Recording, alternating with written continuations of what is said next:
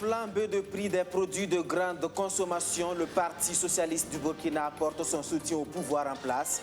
Quand des opinions tirent à boulet rouge sur la gouvernance MPP et alliés, ce parti membre de la majorité présidentielle s'insurge contre. Pour lui, la vie chère que vivent les Burkinabés en ce moment découle de la conjoncture internationale. Ce n'est pas le fait du gouvernement Kaboré, a-t-il dit. Le mouvement citoyen de renouveau du ministre Harouna Kaboré est mort et fait place au mouvement endogène, toujours dans l'esprit de la citoyenneté. Le ministre du Commerce et ses camarades rêvent d'une convergence des Burkinabés devant aboutir à des actions concrètes. Pour commencer, ils comptent rendre mémorable la date du 4 septembre qui fait référence à la reconstitution de la Haute-Volta en tant que territoire. Les nouvelles de la campagne agricole dans la région du centre, les cultures évoluent plutôt bien malgré quelques poches de sécheresse. Vous allez le voir, les objectifs de production de 100 000 tonnes de céréales sont faisables. Constat à suivre dans quelques instants. Voilà pour le sommaire. Merci de nous choisir, mesdames et messieurs. Le Parti socialiste du Burkina, un véritable avocat du gouvernement face aux critiques qui l'incriminent dans un contexte de flambée vertigineuse du prix des produits de grande consommation. Pour le PS Burkina, ce n'est pas le gouvernement qui est responsable de la hausse des prix, c'est plutôt la Covid-19 qui est à pointer du doigt. Aboubakar Balima et ses camarades se sont prononcés sur la situation sécuritaire. Amadou Diko, Roméo Koïta. L'insécurité grandissante et la vie chère, des sujets qui n'ont pas échappé à la loupe du Parti socialiste du Burkina. Face à la presse ce 3 septembre, Aboubakar Balima estime que sur la crise sécuritaire, il est inopportun pour les Burkinabés d'amplifier la polémique. La solution contre le terrorisme pour lui passe forcément par l'union des fils et des filles du pays. C'est pas facile. Nous traversons des moments difficiles, des situations vraiment difficiles pour tout le peuple burkinabé. Mais nous souhaitons que le gouvernement, en tout cas, travaille avec toute la population, et en tout cas à lutter contre vraiment le terrorisme que nous avons vraiment dans le pays, qui menace et qui entrave vraiment le développement du pays. Concernant la vie chère, ce parti membre de la majorité présidentielle dédouane le gouvernement et impute cette situation des flambées de prix à la crise sanitaire. La vie chère, je pense que le gouvernement aujourd'hui travaille et doit travailler effectivement à améliorer cette situation. Mais si vous voyez, le problème ne se pose pas en général au niveau du gouvernement. Parce que si vous avez remarqué, depuis que nous avons la situation du Covid-19, les matières premières ont flambé en fait, des prix depuis l'international. Parce qu'aujourd'hui, on ne peut pas fabriquer des matières ici au Burkina Faso sans faire des importations. On n'a pas les matières premières. Donc tout est importé de la Chine, de l'Inde, partout dans le monde. Donc en ce moment, vous saviez bien que le transport aujourd'hui, qui va par exemple de 8 000 $, qui est parti de 16 000 ou de 14 000 $, on a presque par exemple la moitié qui s'augmente. Donc ce qui fait que ça joue aujourd'hui sur les trucs. Voilà ma lecture par rapport en fait, à cette situation. Réunis au congrès extraordinaire ce vendredi 3 septembre 2021, Aboubakar Balima et ses camarades vont faire le bilan des 4 années d'existence du parti. Il sera aussi question de donner une nouvelle orientation au parti pour les futures échéances à venir. Lui également, il suit de près la situation nationale. Il n'est pas un parti politique pour l'instant, mais rien n'exclut avec ce nouveau mouvement dénommé endogène. Une organisation de la société civile portée sur les fonds baptismaux par le ministre Harouna Kaboré. Elle fait place au mouvement citoyen du renouveau 3 ans après sa création. L'ambition est claire: poursuivre la mobilisation autour des valeurs qui ont caractérisé le Burkinabé d'avant, notamment ceux qui se sont sacrifiés un certain 4 septembre 1947 pour la reconstitution de la Haute-Volta. Benjamin Kwame. Endogène, c'est la nouvelle dénomination du mouvement citoyen de renouveau dirigé par Harouna Kaboré. Ce nouveau nom est dévoilé à la presse nationale après 3 années d'activité. Harouna Kaboré et son équipe ont baptisé leur association ainsi après avoir dégagé les forces et les faiblesses, mais aussi l'apport que celle-ci pourrait avoir dans la construction d'une nation et d'un État plus fort, comptant sur ses forces vives. Aucune nation ne s'est développée sans compter sur ses propres forces. Aucune. Tous les développements ont été des développements endogènes. En nous fondant sur nos forces, nos valeurs, notre histoire, nos intellectuels, nos chercheurs, nos paysans, nos ouvriers, nos commerçants, nos artisans, nos artistes, nos fonctionnaires, nos forces de défense et de sécurité. Pour créer ces actions de conscientisation et fédérer plus les énergies tout en mobilisant les Burkinabés, le mouvement endogène prend l'exemple des Voltaïques en 1932 qui avait vu l'actuel Burkina Faso partitionné et partagé par ses pays voisins, mais récupéré 15 ans après grâce à la bravoure et la résilience du peuple du Faso. Le 4 septembre 2021 marque donc le 74e anniversaire de la reconstitution de la Haute-Volta. Nous sommes un peu brésiliens. Nous avons déjà connu l'adversité par le passé, de 32 à 47, où notre pays a failli ne pas exister. Et c'est pour cela d'ailleurs que nous pensons que c'était un bon repère pour continuer à nous battre, pour exister et pour créer davantage donc, de prospérité économique et sociale pour les populations laborieuses. Dans cette situation, il est clair que notre mouvement, avec les valeurs qu'il défend, avec l'ambition que nous portons, nous sommes associés au quotidien, chacun là où il est, au combat. Le combat, ce mouvement citoyen compte le mener avec des stratégies bien définies pendant les 5 années à venir, mais également mettre beaucoup plus en lumière cette date aussi importante que celle déjà arrêtée. Pour l'heure, Aruna Kaboré et son équipe misent sur les défis du moment, la cohésion sociale qui est en mal, avec notamment les derniers événements survenus à Balo et l'insécurité. Les questions de stigmatisation, les questions de repli identitaire, les questions de vivre ensemble. Et lorsque vous parlez de ces préoccupations, il est clair que c'est parce que vous avez en mémoire ce que cela cause comme problème, ce que cela crée comme désordre, ce que cela amène, ou lorsqu'il y a la stigmatisation, lorsque nous ne construisons pas l'état de droit, il existe souvent donc de la justice privée, il existe souvent donc des actions que les gens mènent, ça et là, pour se rendre justice. Endogène n'est pour le moment pas un parti politique, mais le rêve pour en faire un n'est pas exclu, évoque dans un récit allégorique les premiers responsables. Cette sortie médiatique annonce donc la rentrée citoyenne du mouvement. Plusieurs activités pour apporter une plus-value à ces ambitions sont en cours, dont des panels de projections cinématographiques jusqu'au 5 septembre au siège du parti et dans les 12 autres régions du pays. La 11e étape de la tournée du ministre de l'Agriculture. Pour cette étape, Salifou Ouedraogo et ses équipes ont déposé leurs valises dans la région du centre. Dans les communes rurales de Komsilga et de Konki-Ipala, les cultures ont plutôt fière allure. Pas d'inquiétude donc selon les visiteurs. Les 100 000 tonnes de céréales, dont 23 000 tonnes de riz, seront au rendez-vous à l'heure des récoltes. Maxime Ilboudo, Archimède Boy. La région du centre est la 11e à être visitée par le ministre en charge de l'agriculture dans le cadre du suivi de la campagne agricole 2021-2022. À Komsilga, Salifou Ouedraogo visite le site d'exploitation de Bourema Tapsoba, un producteur de niébé et de sorgho. Sur ce site d'exploitation familiale de 13 hectares, il est attendu 9 tonnes de niébé et près de 3 tonnes de sorgho. Avec le niveau de la pluie, je pense que si ça continue comme ça, nous aurons de la bonne récolte. Les difficultés, il y en a trop.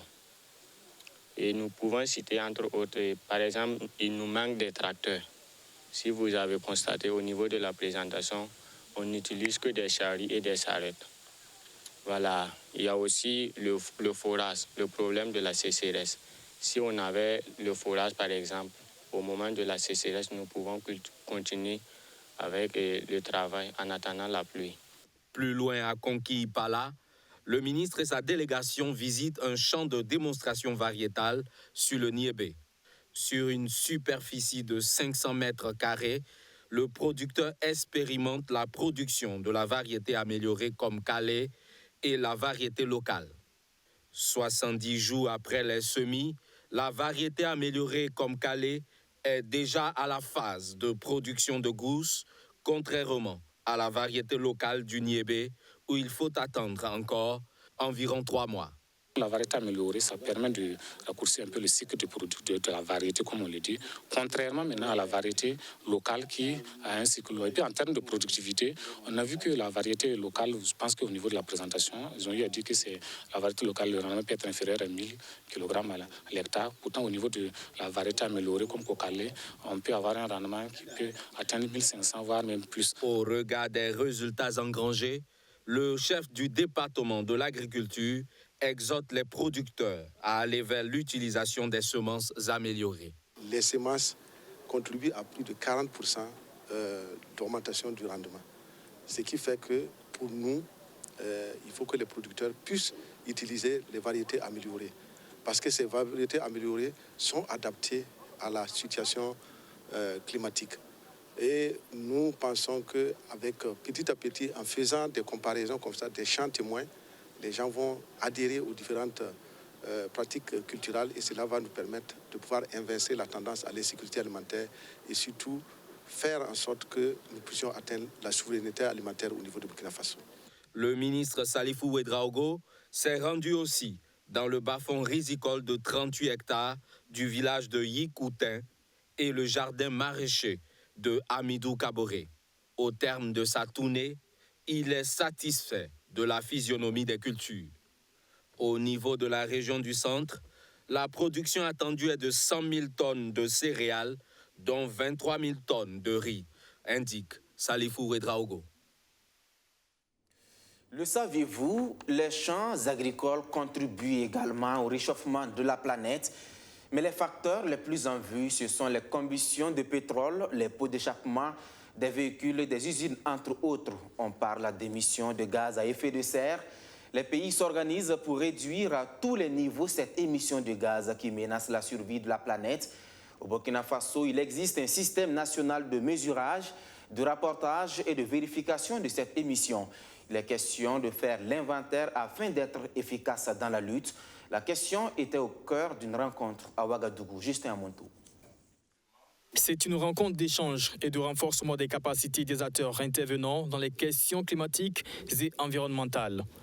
L'objectif est d'outiller ces cadres sur le système national de mesurage, rapportage et de vérification, MRV.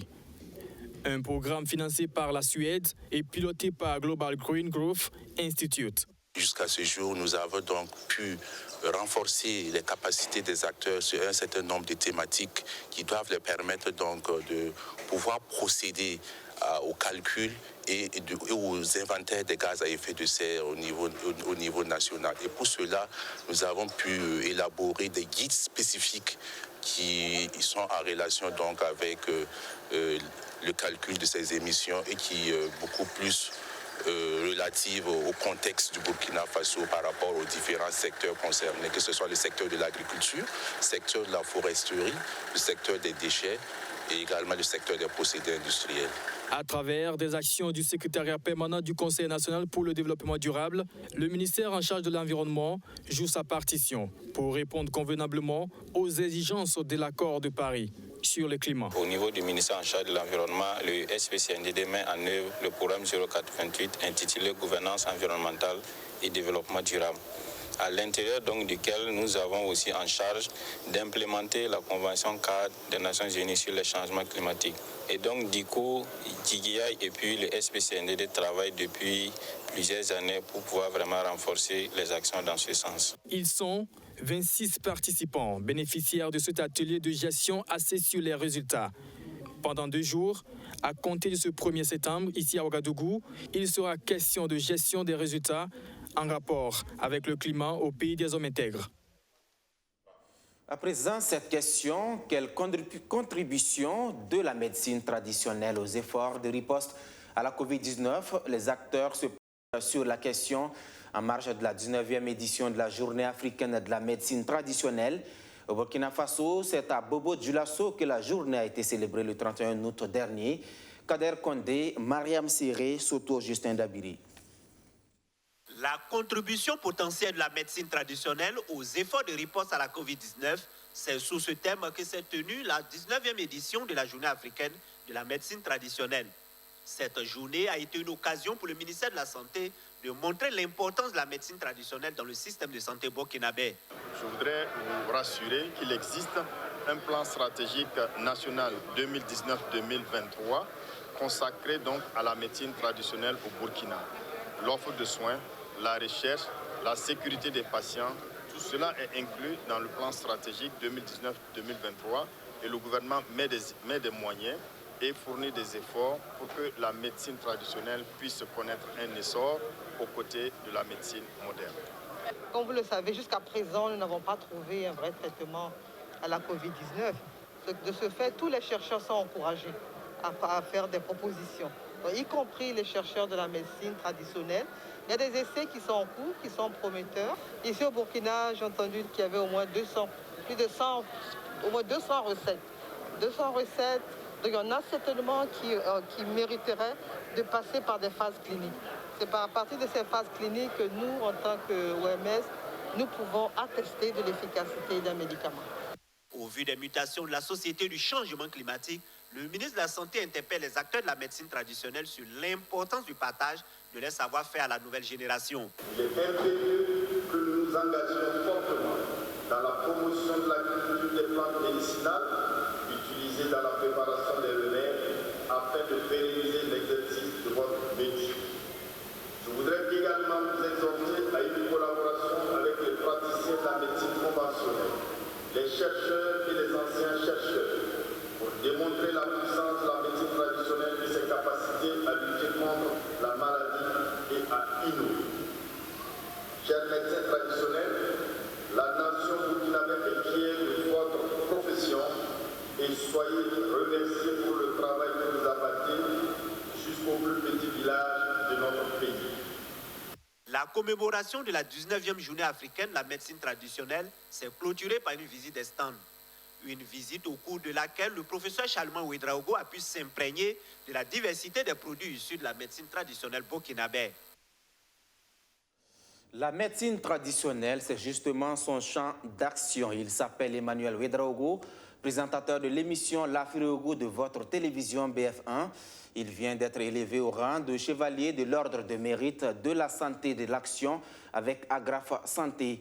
Comme Emmanuel, 9 autres acteurs de la médecine africaine ont vu leur mérite magnifié à l'occasion justement de cette 19e édition de la Journée africaine de la médecine traditionnelle. Soto Justin Dabiri.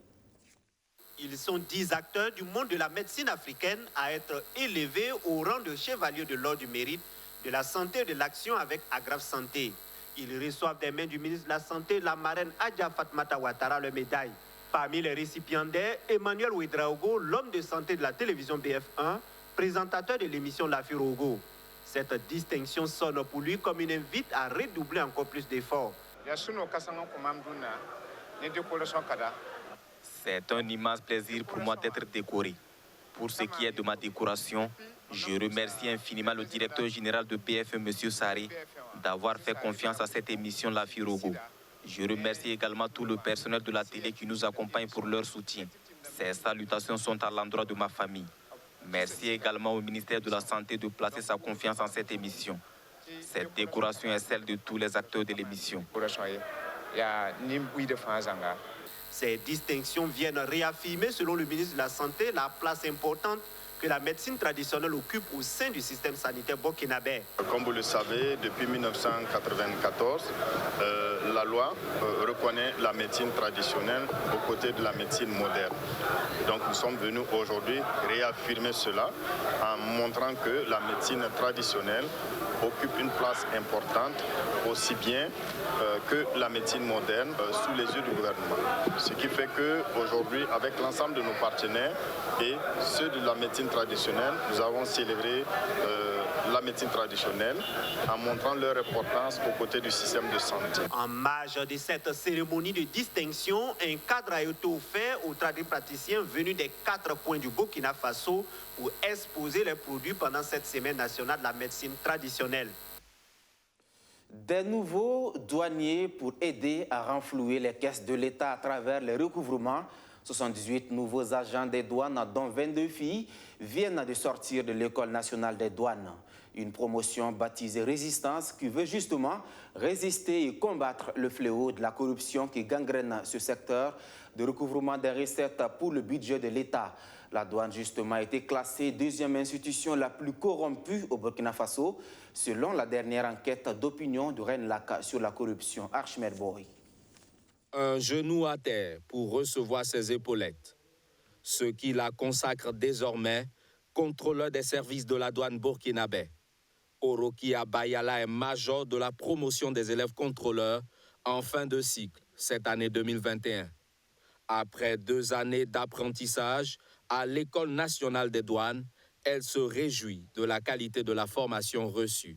Nous avons reçu vraiment tous les rudiments nécessaires à travers cette formation. Donc je peux dire que nous sommes prêts à servir la nation.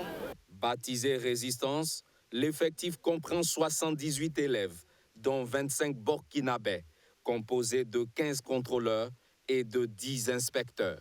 Le ministère en charge des Finances compte les mettre à profit en vue d'atteindre ses objectifs de recouvrement des recettes.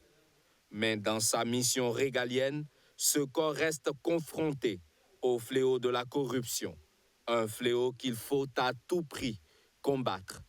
C'est vraiment un véritable fléau dans notre pays, mais nous sommes en train résolument d'avoir donc la victoire sur ce fléau-là, parce que des dispositions ont été mises sur le plan législatif et sur le plan réglementaire pour pouvoir venir à bout de cela. Et vous avez vu qu'au niveau même des institutions donc, de la République, il y a des structures qui sont chargées donc, du combat au quotidien contre cela, et ensemble nous nous accompagnons, et avec la formation que les équipes reçoivent, ils sont de plus en plus donc, outillés pour pouvoir en tout cas venir à bout donc, de ce fléau dans les différents services dans lesquels ils sont affectés.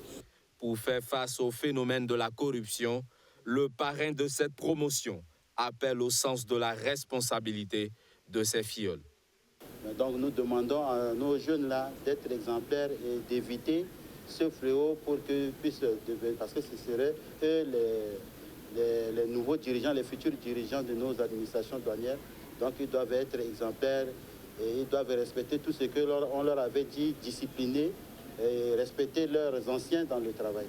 Parmi ces 78 nouveaux agents des douanes, on dénombre 22 filles et 4 nationalités, dont 35 centrafricains, 13 congolais et 5 tchadiens. La plainte est récurrente chez les abonnés de Canal+ Burkina, des abonnés qui perdent fréquemment le signal. Canal+ sort de son silence et s'explique sur la situation. Des explications assorties surtout de nouvelles offres pour ce mois de septembre. Abdou Aziz Sari. C'est l'une des préoccupations soulevées par les hommes de médias à cette rencontre organisée par Canal+ Burkina. Il s'agit de la perte de signal de certains abonnés à la moindre intempérie. Une situation qui, selon le directeur des ventes de Canal+ Burkina, s'explique par la perturbation de l'installation. Les perturbations sur un certain niveau d'intempérie sont normales. Quand il pleut très fort, quand il vent très fort, jusqu'à ce que la parabole puisse bouger, effectivement, ça va créer des perturbations d'image, parce qu'effectivement, le signal hertzien satellitaire est soumis à ces intempéries très fortes. Mais au-delà de ça, enfin, à part cela, si ce sont des perturbations qui sont occasionnelles parce qu'il y a une petite pluie ou encore un petit vent, c'est l'installation qui est affectée et il faut l'intervention d'un technicien à 3 000 francs qui va donc régler cela pour vous. Avec environ 800 000 ménages abonnés au Burkina Faso, Canal+ Burkina veut permettre à tous ceux qui n'ont pas encore eu le privilège de découvrir le monde à travers la télévision de le faire en rejoignant sa grande famille. Et pour ce faire, il baisse le prix du décodeur pour ce mois de septembre. Donc si vous n'étiez pas déjà abonné, vous pouvez acquérir notre décodeur au prix de 5 000 francs CFA dès la formule Access. On l'a fait parce que c'était l'occasion pour ces grands moments, Uxango, la reprise du foot, maîtresse d'un homme marié, de permettre à des populations peut-être plus fragiles pour qui le prix habituel du décodeur serait peut-être difficilement accessible. On l'a fait pour permettre à ces populations d'acquérir un décodeur et de pouvoir suivre le meilleur du divertissement, les meilleurs des contenus, et ce, quel que soit leur pouvoir d'achat. Au Burkina Faso, Canal+ accompagne plusieurs sportifs, dont le médaillé de bronze Hugues Fabrice Zango, à qui il a offert un abonnement tout canal pendant 4 ans, soit jusqu'aux prochains Jeux olympiques prévus en 2024 à Paris. Ce journal qui s'achève, merci à tous de l'avoir suivi. Merci de votre fidélité partout au Burkina Faso et plus précisément depuis la commune de Lumana dans la Léraba. À demain pour d'autres actualités. Bonsoir.